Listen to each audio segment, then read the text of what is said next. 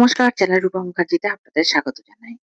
WBCS prelim পরীক্ষা শেষ হওয়ার পর সবচেয়ে বেশি যে প্রশ্নটি সামনে আসছে সেটি হলো কাট অফ কত হতে পারে।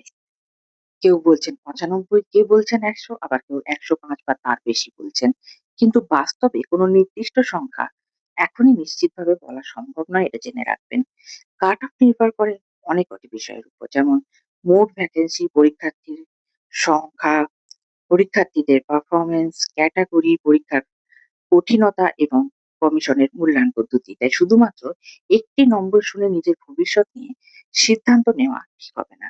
যদি আপনার নম্বর 95 থেকে 105 এর মধ্যে থাকে, তাহলে অপেক্ষা না করে এখন থেকেই মেন্সের প্রস্তুতি শুরু করুন। কারণ ফলাফল প্রকাশের পর নতুন করে শুরু করলে অনেকটা সময় নষ্ট হয়ে যাবে। সোশ্যাল মিডিয়ায় বিভিন্ন কাট অফ ঘুরে বেড়ালেও সেগুলিকে চূড়ান্ত বলে ধরে নেওয়া উচিত নয়। অফিসিয়াল ফলাফল প্রকাশের পরই প্রকৃত চিত্র স্পষ্ট হবে। তাই আত্মবিশ্বাস বজায় রাখুন, নিয়মিত পড়াশোনা চালিয়ে যান এবং মেন্সের জন্য নিজেকে প্রস্তুত করুন। মনে রাখবেন, শুধুমাত্র কাট অফ দেখে সিদ্ধান্ত নেওয়া উচিত নয়। সরকারি ফল প্রকাশ না হওয়া পর্যন্ত কোনো কাট অফ নিশ্চিত নয়। আর কখনই কোনো গুজবে কিন্তু কান দেবেন না। আজকে আপনাদের সাথে এটুকুই আলোচনা ছিল। ভিডিওটি ভালো লাগলে লাইক, শেয়ার এবং সাবস্ক্রাইব করতে ভুলবেন না। ধন্যবাদ। নমস্কার।